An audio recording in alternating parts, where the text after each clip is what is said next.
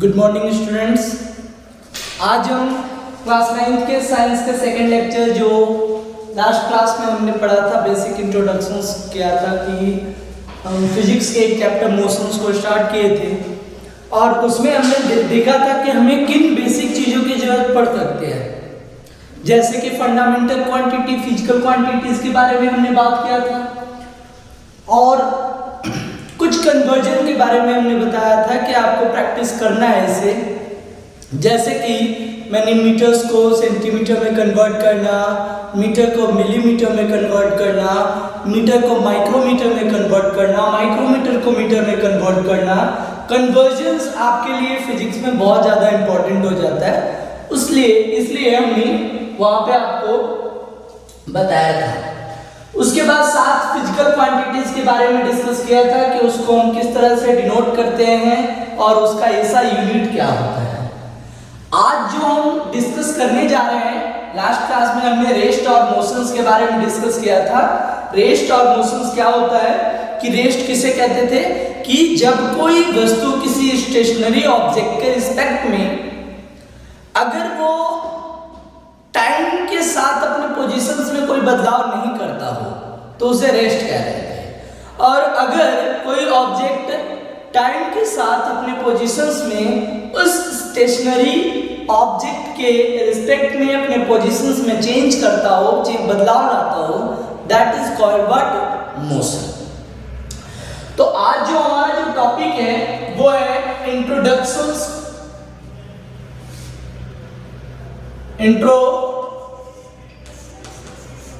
Introduction of distance and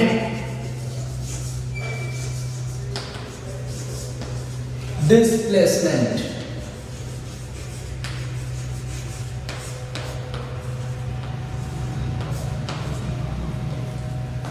हम आज जो डिस्कस करेंगे वो डिस्टेंस और डिस्प्लेसमेंट के बारे में पढ़ेंगे। डिस्टेंस क्या होता है, डिस्प्लेसमेंट क्या होता है, इसके बारे में हम बेसिक आइडियाज और इसके ऊपर बेस्ड न्यूमेरिकल्स को हम क्या करेंगे, सॉल्व करके देखेंगे कि कैसे हमें पता करना है। सबसे पहले तो हमें एक चीज हमने जो देखना है कि चाहे वो डिस्टेंस हो या डिस्प्लेसमेंट हो, इन दोनों को मेजरेबल फिजिकल क्वांटिटी जो है वो हम लेंथ में क्या करते हैं, मेजर करते हैं, इसका लेंथ ही निकालते हैं। लेंथ निकालने का मतलब क्या हो गया कि लेंथ कैसे हम रिप्रेजेंट कर रहे थे, कैपिटल एल से, एंड इसका ऐसा यूनिट जो है वो किस में हम लिखते हैं, मीटर में। तो डिस्टेंस किसे कहते हैं और डिस्प्लेसमेंट कहते हैं। क्या कह रहे हो कि डिस्टेंस को भी हम लेंथ यानी कि मीटर में ही मेजर करते हैं और डिस्प्लेसमेंट को भी हम मीटर में ही करते हैं, तो दैट मींस इसका मतलब क्या हुआ, डिस्टेंस और डिस्प्लेसमेंट का मतलब क्या हुआ।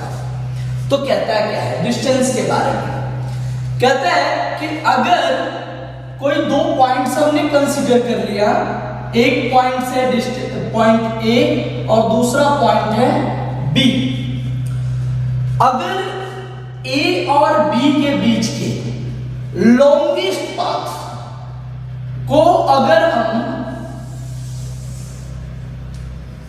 कवर करते हैं तो ये लॉन्गेस्ट पाथ जो कवर हुआ है इसके मेजरेबल जो लेंथ होंगे उसे हम डिस्टेंस कहते हैं।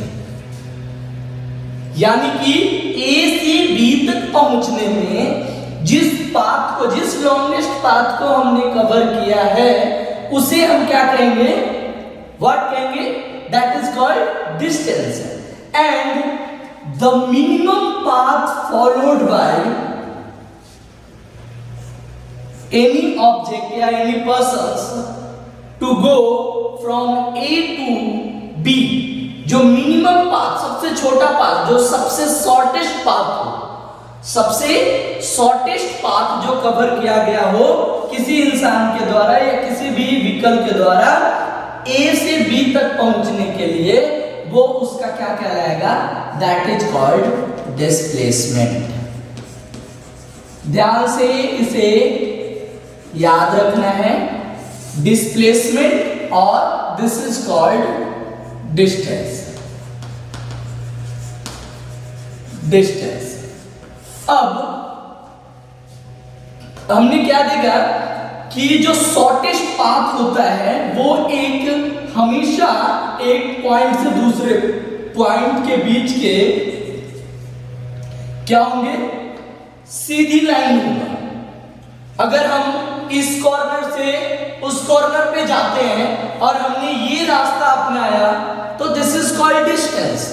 बट अगर हमने यहां से सीधा पाथ कोई पॉइंट से यहां तक गए तो ये क्या होगा, हमारे लिए डिस्प्लेसमेंट होगा। तो डिस्प्लेसमेंट हमारे लिए क्या होता है, शॉर्टेस्ट पाथ। दोनों का यूनिट, डिस्टेंस का और डिस्प्लेसमेंट का दोनों का यूनिट क्या होता है, हमारा मीटर होता है। तो हम एग्जैक्ट अगर डेफिनेशंस के बारे में बात करें डिस्टेंस और डिस्प्लेसमेंट के, तो क्या कहलाएगा, distance travelled by an object is the length of the actual path traversed by the object during motion. Motion के दौरान एक्चुअल पाथ किसी ऑब्जेक्ट के द्वारा जो ट्रेवल किया गया हो उसे हम क्या कहेंगे, दैट इज कॉल्ड मोशन। तो अगर हम सिंपल सी बात करें अगर हम कि this one is the actual path, यानी कि अगर हमें कोई जगह पे जाना हो, किसी शहर में जाना हो तो हम रोड ट्रैवल करते हैं। अगर हम रोड से जाते हैं तो वो क्या होता है, हमारा एक डिस्टेंस ट्रैवल होता है, ना कि डिस्प्लेसमेंट। डिस्प्लेसमेंट क्या होता है कि दो पॉइंट्स के बीच का सबसे शॉर्टेस्ट रास्ता निकालना, और सबसे शॉर्टेस्ट रास्ता क्या होता है, डायगोनल रिलेशंस मिलाना। अगर हम बात करें कि ये आपके पास एक रेक्टेंगुलर पोर्शंस हैं A B C and D. अगर ए को सी के घर जाना है तो ये दो तरीका अपना सकता है, आइदर ये यहां जाए और फिर यहां जाए, और ए से पहले बी जाए और फिर सी जाए। ये दो रास्ते जो है इसके लिए डिस्प्लेसमेंट का काम करेंगे, ठीक है। और अगर ये ए से सी की तरफ चलता हो तो ये इसके लिए क्या होगा, डिस्प्लेसमेंट होगा। This is called displacement. तो ये क्या है, डिस्टेंस क्या है, एक्चुअल पाथ ट्रैवल, ये डिस्टेंस क्या होगा, length travelled by actual path. Actual path के द्वारा जो लेंथ ट्रैवल किया जाएगा वो हमारा क्या होगा, दैट इज कॉल्ड डिस्टेंस। तो आप ध्यान से इसको लिख सकते हो आप अपनी नोटबुक पे कि क्या होता है हमारा, that is the distance travelled bye an object, the distance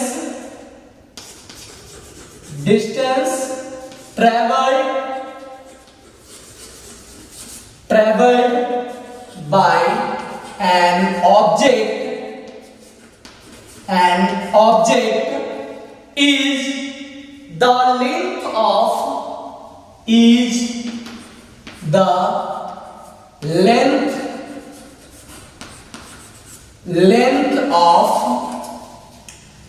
the length of the actual path traversed by the object, the length of actual path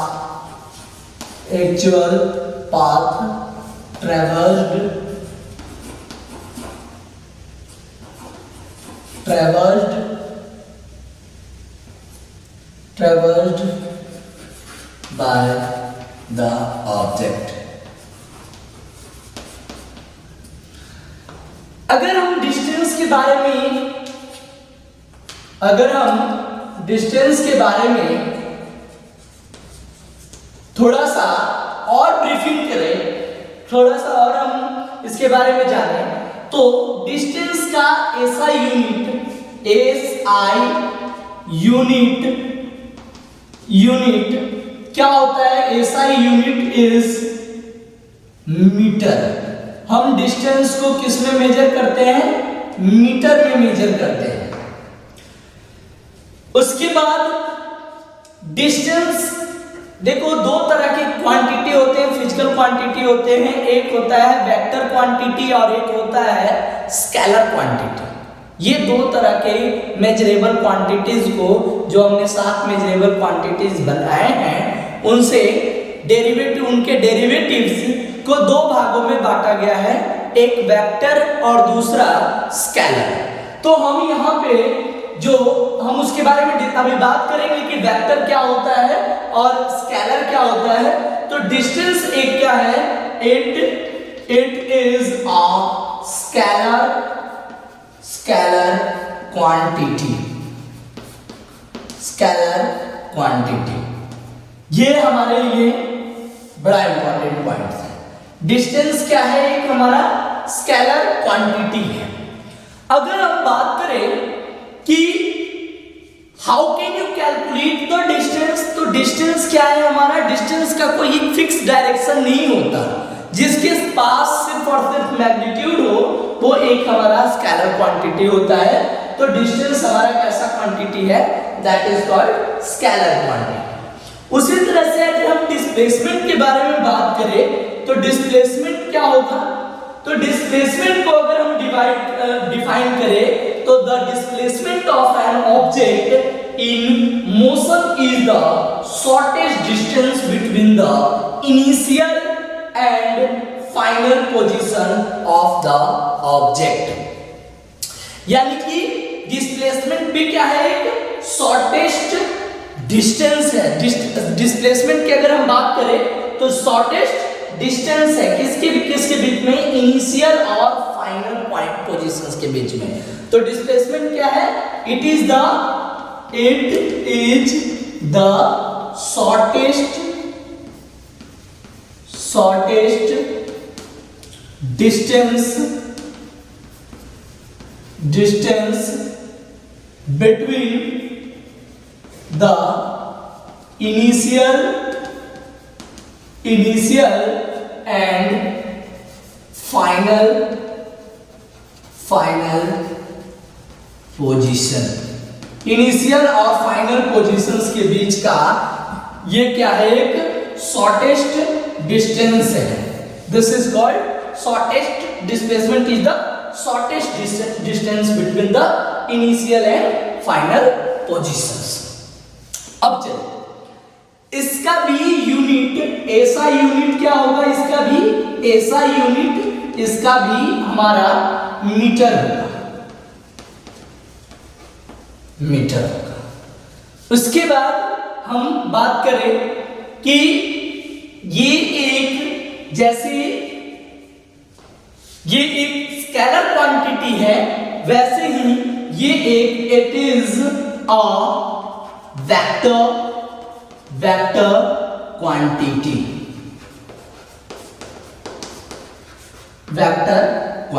ये एक वेक्टर क्वांटिटी है।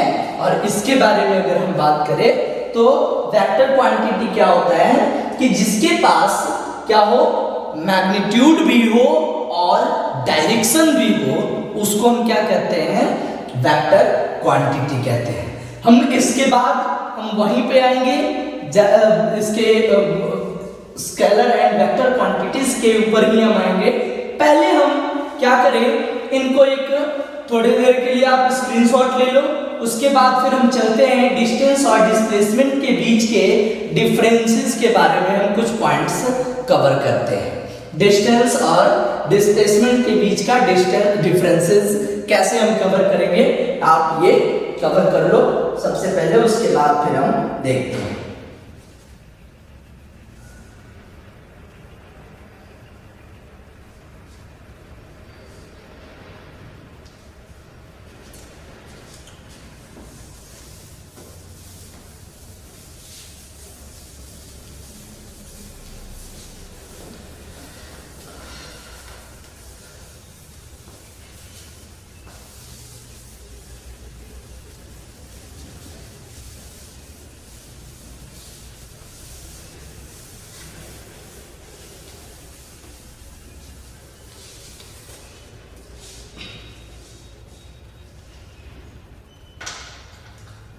देखिए, अगर हम इसके डिस्टेंस और डिस्प्लेसमेंट के बीच में अगर हम अंतर की बात करें, डिफरेंस के बारे में बात करें, तो मैं आपको 4 से 5 पॉइंट ऐसे डिफरेंसेस के बारे में बात करते हैं कि जो आपको डिफरेंस को क्रिएट करेगा डिस्टेंस और डिस्प्लेसमेंट के बारे में। मैं आपको फर्स्ट डिफरेंस की तरफ ले चलता हूं। डिस्टेंस और डिस्प्लेसमेंट का सबसे पहला डिफरेंस क्या है कि ये दोनों ही एक सेम ऐसा यूनिट आपको क्या करता है, कैरी करता है, यानी कि डिस्टेंस का भी यूनिट क्या होता है हमारा, मीटर होता है, ऐसा यूनिट मीटर होता है, और डिस्प्लेसमेंट का भी ऐसा यूनिट क्या होता है, ऐसा यूनिट दोनों का क्या होता है, मीटर। इसका भी ऐसा यूनिट क्या होता है, ऐसा यूनिट मीटर होता है, इसका भी ऐसा यूनिट मीटर होता है। दूसरा पॉइंट से अगर हम बात करें तो डिस्टेंस क्या है हमारा, मैक्सिमम डिस्टेंस है, मैक्सिमम लेंथ है, या यूं कह सकते हैं कि ये एक्चुअल पाथ है। ये क्या है, एक्चुअल पाथ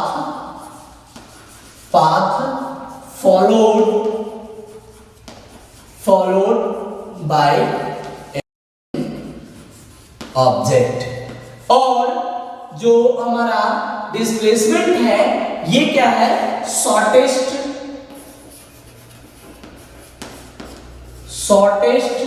डिस्टेंस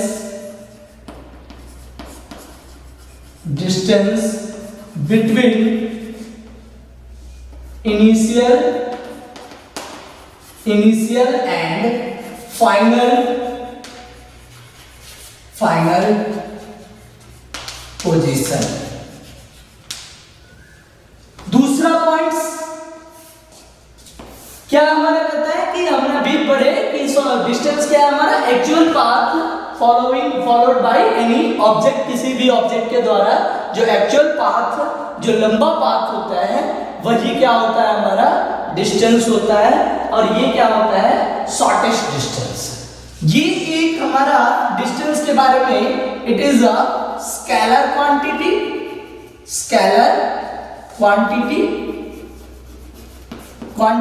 और ये क्या है हमारा, it is a vector quantity. ये एक हमारा वेक्टर क्वांटिटी है, ये एक वेक्टर क्वांटिटी। चौथा, किसी भी ऑब्जेक्ट के द्वारा अगर हम बात करें कि डिस्प्लेसमेंट और डिस्टेंस के बारे में, तो कभी भी किसी भी कोई भी ऑब्जेक्ट अगर मोशन में है तो उसने डिस्टेंस कवर किया है, तो वो डिस्टेंस अगर वो मोशन में है तो वो डिस्टेंस कभी भी जीरो नहीं होगा। डिस्टेंस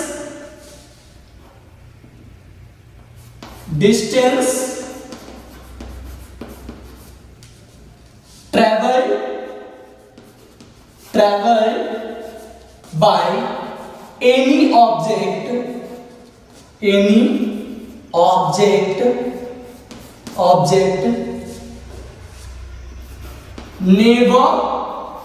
never equal to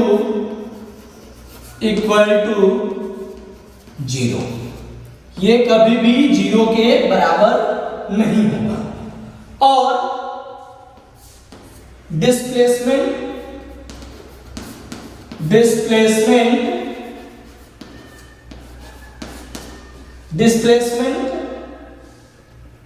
में equal to zero in cyclic cases. जैसे अगर कोई ऑब्जेक्ट है, जैसे मान लो कि हमने पॉइंट ए से स्टार्ट किया चलना, ए से हम बी पॉइंट पे चले, बी से सी पॉइंट पे चले, सी से डी पॉइंट पे चले, और डी से ए पॉइंट पे चले। तो ये क्या है हमारा, ये ओ ए से बी, ये रास्ता मान लो कि ए है और ये रास्ता बी है, ये डिस्टेंस हमने बी मीटर किया, ये सी मीटर किया और ये डी मीटर किया।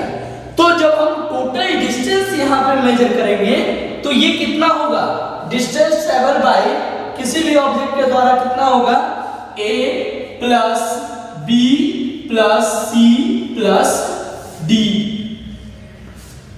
इतना मीटर होगा,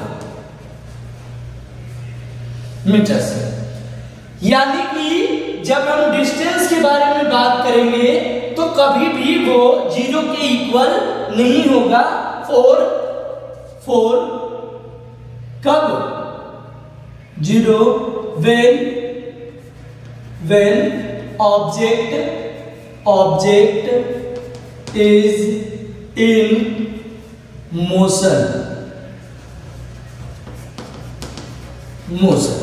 जब कोई ऑब्जेक्ट मोशन में हो।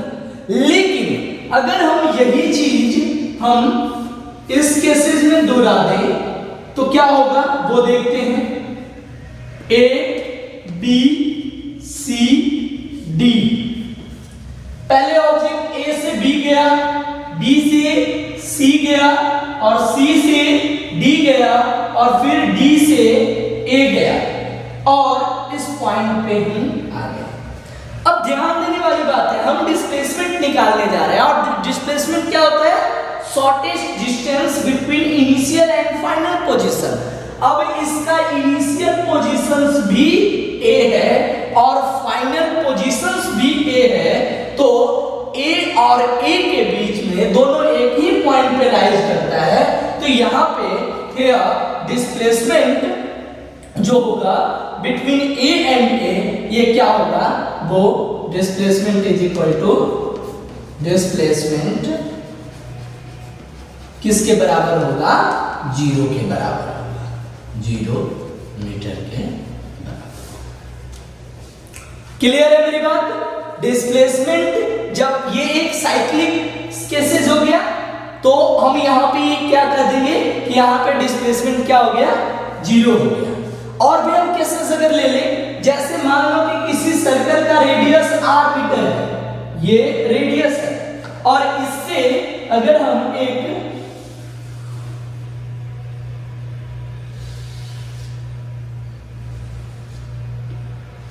सर्कल हम ड्रॉ किए और इस सर्कल के ड्रॉ में ये अगर कोई पॉइंट्स ए से चल के यहां इसके डायमीटर सेक्शंस बी पे आता हो, तो अगर डिस्टेंस के बारे में बात करेंगे तो डिस्टेंस ये होगा, लॉन्गेस्ट पाथ। लेकिन अगर हम डिस्प्लेसमेंट के बारे में बात करेंगे तो डिस्प्लेसमेंट क्या होगा, ए से बी, ये शॉर्टेस्ट पाथ। क्लियर है। तो ए बी जो होगा, A B that is equal to 2r is the displacement, और ये जो चाप है, ये आपको जो आर्क दिखाई दे रहा है, ये तो हमें पता है आपको कि जैसे अगर हम ये तो आपका 2r जो है वो डायमीटर हो गया, लेकिन जब हम ये वाला वैल्यू निकालेंगे तो ये क्या निकालेगा, 2 पाई r का डिवाइड बाय 2, यानी कि सरकमफेरेंस का हाफ। तो 2 पाई r बाय 2 से 2 कैंसल, कितने बराबर हो जाएंगे, पाई r मीटर के बराबर हो जाएंगे। ये पाई r मीटर के बराबर, और ये पाई r क्या हो गया हमारा, डिस्टेंस हो जाएगा। दिस इज योर डिस्टेंस, ये हमारा डिस्टेंस होगा और ये हमारा डिस्प्लेसमेंट कहलाएगा, डिस्प्लेसमेंट कहलाएगा। तो अगर हम बात करें सिंपली, तो डिस्टेंस और डिस्प्लेसमेंट में बहुत सारे न्यूमेरिकल करेंगे, इस पे बहुत सारे क्वेश्चंस देखेंगे कि कैसे हम सॉल्व करते हैं। उसके बाद हमारा ये कंफर्मेशंस ठीक हो जाएगा। उसके बाद और क्या होता है डिस्टेंस और डिस्प्लेसमेंट के डिफरेंस में, तो देखो डिस्टेंस जिस तरह से हम कह रहे थे कि डिस्टेंस कभी भी जीरो नहीं होता, उसी तरह से डिस्टेंस कभी भी निगेटिव नहीं होगा। डिस्टेंस नेवर बी निगेटिव, ये निगेटिव भी नहीं होगा, लेकिन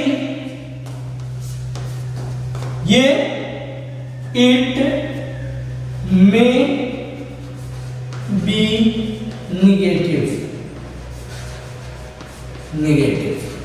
अब एक हम एग्जांपल लिखकर आपको बताते हैं, उसके बाद आपको समझ में आएगा कि ये निगेटिव कब होगा और ये निगेटिव क्यों नहीं होगा।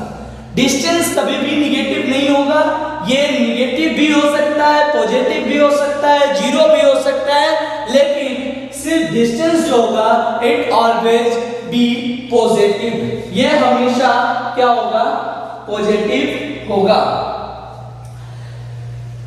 अच्छा, एक चीज और, ना तो डिस्टेंस और ना ही डिस्प्लेसमेंट, किसी भी ऑब्जेक्ट का आपको डिस्टेंस और डिस्प्लेसमेंट अगर दे दिया जाए तो उससे आपको ना तो किसी भी ऑब्जेक्ट के मोशन के नेचर के बारे में पता होगा कि ये रेक्टिलिनियर गया है या यूनिफॉर्म मोशन से गया है, नॉन यूनिफॉर्मेशन से, यानी कि neither distance nor displacement give information about the nature of motion of any object.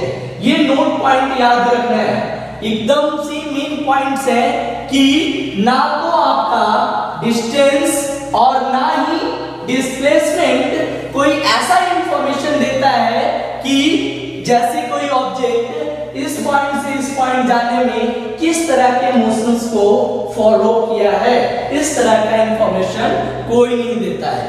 मान दैट मींस ये नोट पॉइंट्स क्या है, नोट पॉइंट्स याद रखने वाली बात क्या है, neither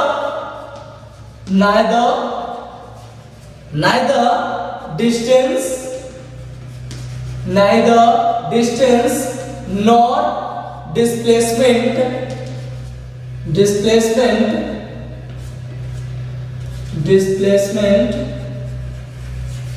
gives information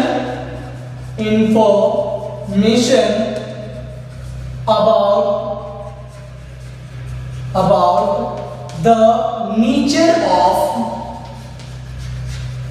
nature of motion। ना तो आपको डिस्टेंस ऐसा कोई इंफॉर्मेशन देता है और ना ही आपको डिस्प्लेसमेंट ऐसा कोई इंफॉर्मेशन देता है कि वो मोशन का नेचर कैसा है, वो रेक्टिलिनियर गया है, सर्कुलर पाथ पे मूव करते हुए गया है, यूनिफॉर्मली मूव करते हुए गया है, नॉन यूनिफॉर्मली मूव करते हुए गया है, कैसे गया है, इन सब चीजों के बारे में आपको कोई इंफॉर्मेशन नहीं देता है। ये था हमारा। अब हम डिस्कस करेंगे एक एग्जाम्पल के तौर पे कि एक एग्जाम्पल में आपको देखने को मिलेगा कि हाउ कैन बी कैलकुलेट और how can be find out the distance and displacement for a given questions. किसी भी क्वेश्चंस में अगर आपको डिस्टेंस और डिस्प्लेसमेंट फाइंड आउट करने के लिए दे देता है तो आप कैसे इसको फाइंड आउट कर सकते हो। चले आज नेक्स्ट हम एग्जाम्पल और क्वेश्चंस की तरफ चलते हैं, वो आपको कवर करके देखना है और इन सारे पॉइंट्स को क्या करना है, कवर करना है। हम 2-3 एग्जाम्पल्स आपको यहाँ पे कवर करवाएंगे और उसको देखेंगे प्रैक्टिस करके कि किस तरह से हमारा यहाँ पे इन चीजों के लिए, इन चीजों को जो हमने अभी पढ़ा है इसका यूज होता है।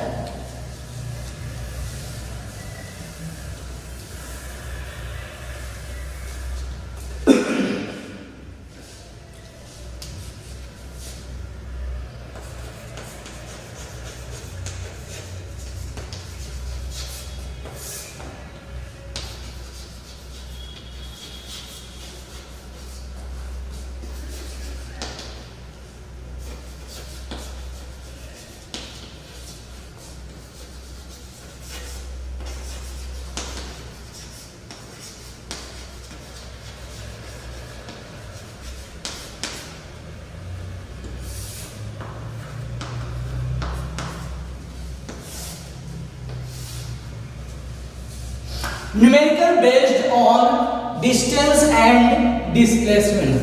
अब न्यूमेरिकल जो वर्ड्स हैं आपको 8th क्लास से एकदम से नया लगेगा। न्यूमेरिकल से एक मैथमेटिकल कैलकुलेशन है, जिस तरह से हम मैथ सॉल्व करते हैं उस तरह से एक मैथमेटिकल कैलकुलेशन है जिसमें हम क्या करते हैं, किसी भी मैथमेटिकल एनालिसिस के थ्रू हम रिजल्ट तक पहुंचते हैं और उसमें हम बहुत छोटे छोटे से ऑपरेशंस लगाकर इसके कंप्लीट सॉल्यूशंस देते हैं। और हम देखते हैं कि क्वेश्चंस है आपके लिए कि an object is moving in a circle of radius r। Questions है एग्जांपल नंबर फर्स्ट और वो है आपका कि an object is moving in a circle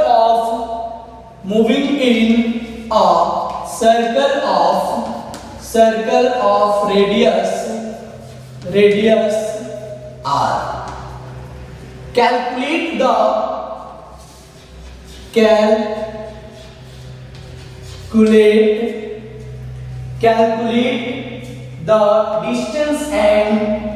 calculate the distance and displacement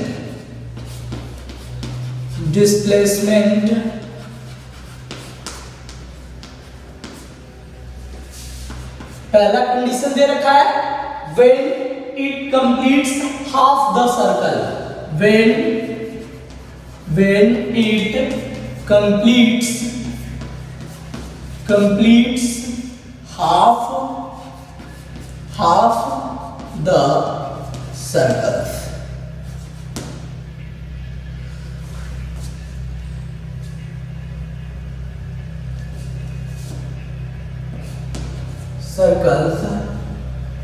और दूसरा when it complete one full circle, दूसरा when it complete one full circle। देखो कहता है an object is moving in a circle of radius r, calculate the distance and displacement। एक object है जो r radius के सर्कल पे move कर रहा है, घूम रहा है और उसका हमें डिस्टेंस और डिस्प्लेसमेंट निकालना है।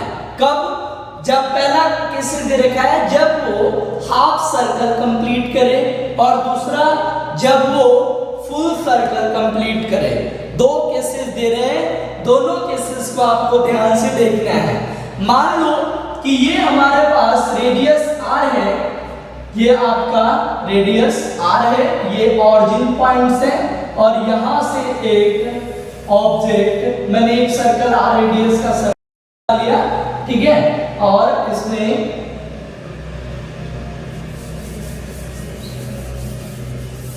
इसके मैंने ये r रेडियस का सर्कल बना लिया और आपने यहाँ ये हमारा r रेडियस का सर्कल है, ठीक है, ये ऑरिजिन है, ठीक है।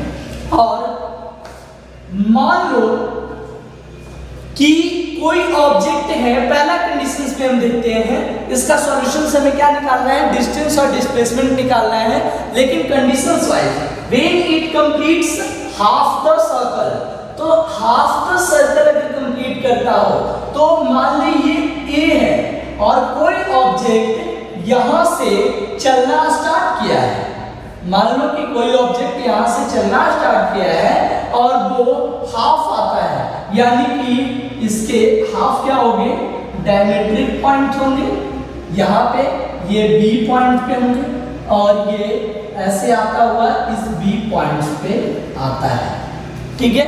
तो अगर हम बात करें तो यहां से ये पॉइंट्स पहले केसेस के लिए हम हटा दें, ये केसेस के लिए हम हटा दें। अब हमें क्या करना है कि पहले पॉइंट को हम सॉल्यूशन दे रहे हैं, सॉल्यूशन कर रहे हैं, कैसे करना है देखिए।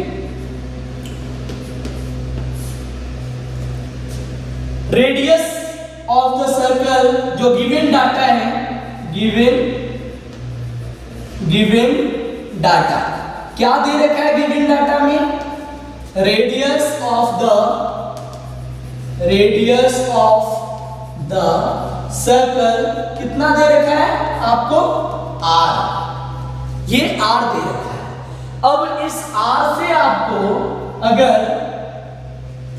हम इसका कंप्लीट सर्कमफेरेंस निकालें, देखो किसी भी सर्कुलर पाथ पे जो डिस्टेंस ट्रेवल होता है वो उसका सर्कमफेरेंस होता है, ठीक है। ये चीज याद रखना है नोट में, note the distance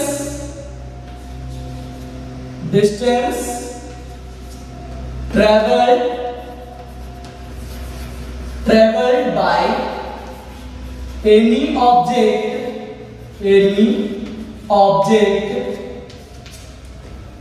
on a circular track, एक सर्कुलर ट्रैक पे किसी ऑब्जेक्ट के द्वारा अगर ट्रैवल किया जा रहा है तो उसका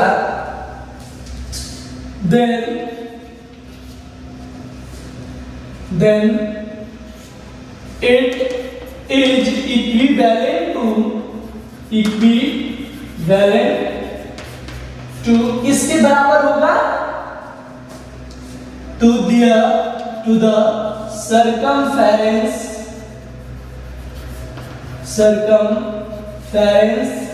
of the सर्कल के सर्कमफेरेंस के बराबर होगा। तो सर्कमफेरेंस ऑफ द सर्कल क्या होता है? फॉर्मूला हम पढ़े हैं, मैंने पहले भी बोला था मैथमेटिकल ऑपरेशन बहुत जरूरी है याद रखना। तो सर्कल का फॉर्मूला, सर्कल का अगर हम सर्कमफेरेंस निकालते हैं तो सर्कमफेरेंस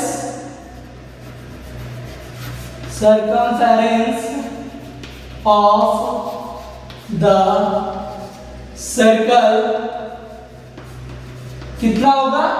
2 पाई आर होगा, ठीक है। और दूसरा बात क्या है कि जो इसका डिस्प्लेसमेंट होगा वो डिस्प्लेसमेंट किसके बराबर होगा? वो हमारा होगा that is equivalent to displacement is equivalent to what? That is equal to 2r,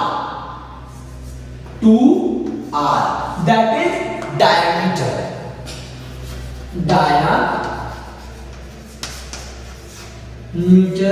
of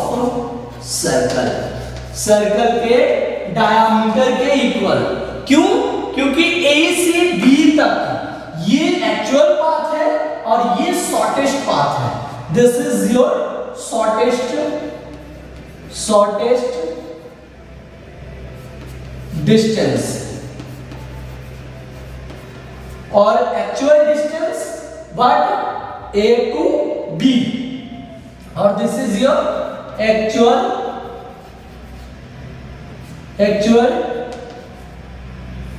path. तो एक्चुअल पाथ हमारा डिस्टेंस देता है और शॉर्टेस्ट डिस्टेंस हमारा क्या देता है?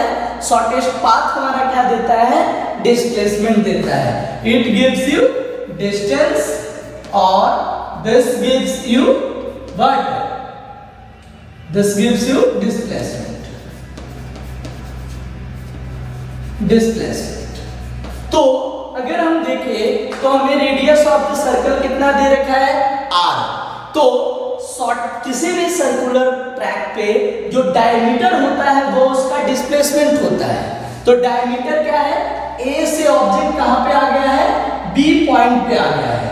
तो हाफ ऑफ द सर्कल के लिए जब ये रास्ता कंप्लीट करता है, when it complete one full circle और when it complete half the circle, तो हाफ द सर्कल के लिए जो इसका सर्कमफेरेंस होगा सर्कम या to calculate the distance. Distance के लिए हम क्या करेंगे, सर्कमफेरेंस ऑफ द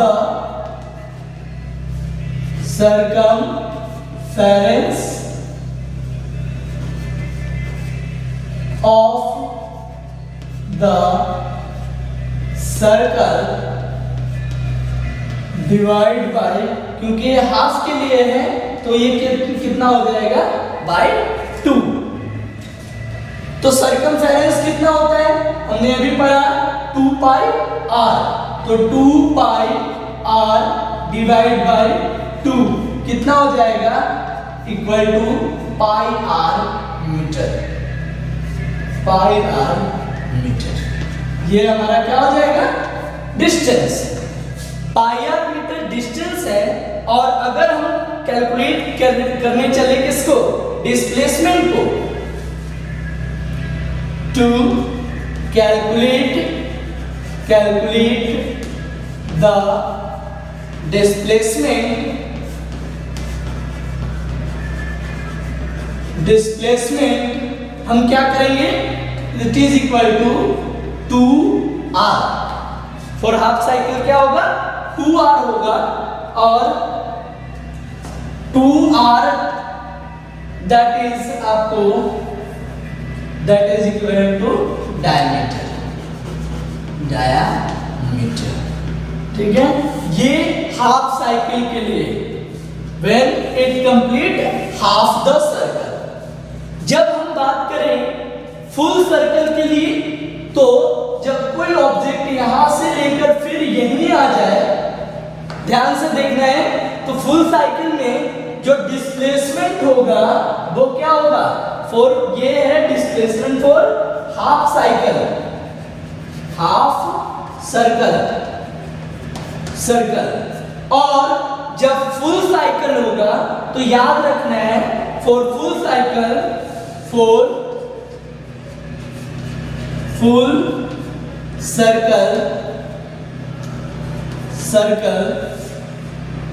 क्या होगा, डिस्प्लेसमेंट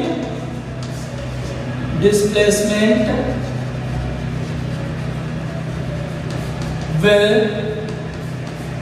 be 0। ये क्या होगा, 0। एंड जो सर्कमफेरेंस होगा, डिस्टेंस होगा, वो क्या होगा, सर्कमफेरेंस ऑफ द सर्कल के बराबर होगा। और दूसरा पॉइंट क्या है, दूसरा distance is equal to the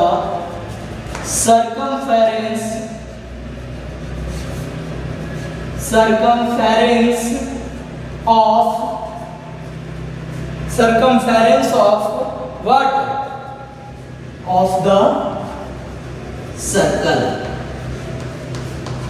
और that is equivalent to what, 2 pi r।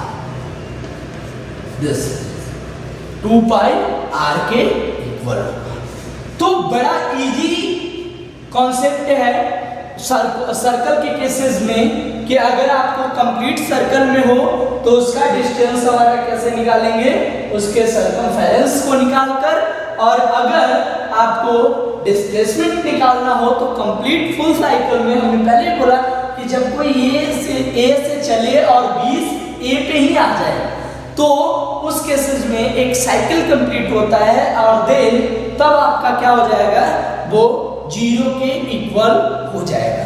तो याद रखना ये हमेशा दिमाग में कि एक कंप्लीट साइकिल में डिस्प्लेसमेंट ऑलवेज इक्वल टू 0, और सर्कल के अगर हाफ सर्कल कंप्लीट किया है तो हाफ सर्कल में वहां पे आपको जो क्या होगा, जो डिस्टेंस और डिस्प्लेसमेंट होगा, डिस्टेंस पाई r के इक्वल होगा और डिस्प्लेसमेंट 2r के, दैट इज देयर डायमीटर के इक्विवेलेंट होगा। तो इस तरह से आपको बहुत सारी चीजें यहाँ पे, बहुत सारे एग्जांपल्स और भी इस पे डिस्टेंस और डिस्प्लेसमेंट के बहुत सारे एग्जांपल्स आपको मिलेंगे। जैसे कि आपको कुछ पॉइंट्स आपको आज मैं डिस्कस करूंगा, उसके बाद फिर हम नेक्स्ट क्लासेस में इसके और न्यूमेरिकल्स को करेंगे। क्या है कि आपको एक XY प्लेन पे आपको डायरेक्शनल व्यूज के लिए हम लास्ट आगे की क्लासेस में हम देखेंगे हम कि वेक्टर, जिसके बारे में हम चर्चा कर रहे थे कि दो तरह के फिजिकल क्वांटिटीज होते हैं जिसके आधार पे, जिसमें एक में डायरेक्शन होता है, एक में केवल मैग्नीट्यूड होता है, तो उसको कैसे डिफरेंशिएट करते हैं और सारे फिजिकल डेरिवेटिव्स फॉर्मूलेज को हम किस तरह से अलग अलग दोनों भागों में हम कैसे बांटते हैं, इस चीज को देखेंगे।